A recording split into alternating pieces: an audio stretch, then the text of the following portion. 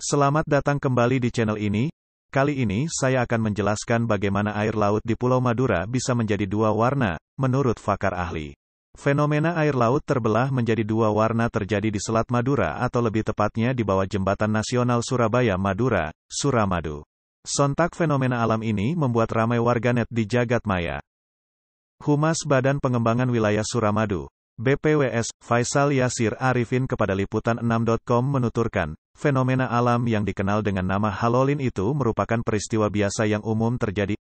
Air laut terbelah lantaran pertemuan dua jenis massa air dari sisi timur dan barat Pulau Madura yang densitasnya berbeda suhu, kadar garam, dan kerapatan airnya sehingga tidak bisa menyatu.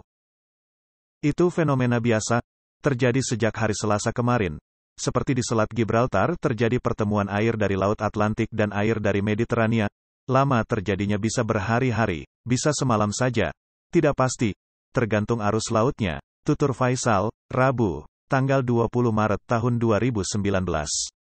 Hal senada juga dijelaskan Kepala Bidang Informasi Meteorologi Maritim BMKG, Eko Prasetyo. Fenomena itu terjadi karena perbedaan densitas air laut yang ekstrim antara air laut di dekat garis pantai dengan air laut di daerah yang lebih dalam. Sementara itu, Prakirawan BMKG Maritim, Arif Wiono mengatakan, di lokasi terjadinya fenomena itu, di Jembatan Suramadu sisi Surabaya, memang ada muara sungai yang mengarah langsung ke laut.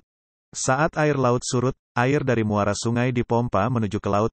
Pertemuan arus keduanya membentuk buih-buih batas, ucap Arif.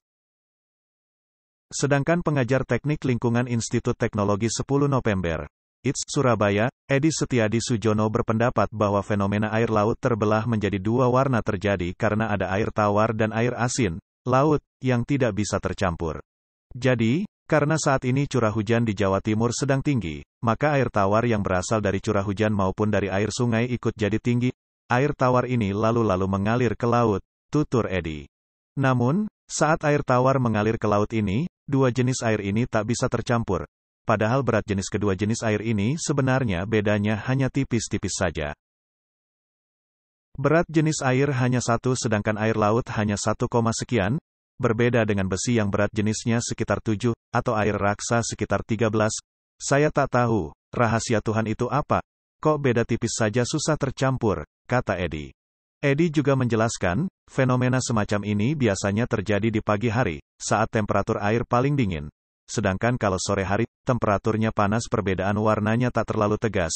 Ditambah lagi, kondisi ombaknya yang kecil sehingga air tak tercampur. Yang biru itu air tawar, yang hitam itu air laut, ucap Edi. Menurut Edi, fenomena semacam ini sebenarnya bukan terjadi di Selat Madura saja. Fenomena semacam ini juga pernah terjadi di tempat lain. Bahkan terjadi di tengah lautan sehingga dianggap lebih ajaib. Peristiwa ini di Selat Madura ini fenomena dunia juga sebenarnya, tapi lebih bisa dijelaskan dibandingkan yang di tengah laut, ujar Edi.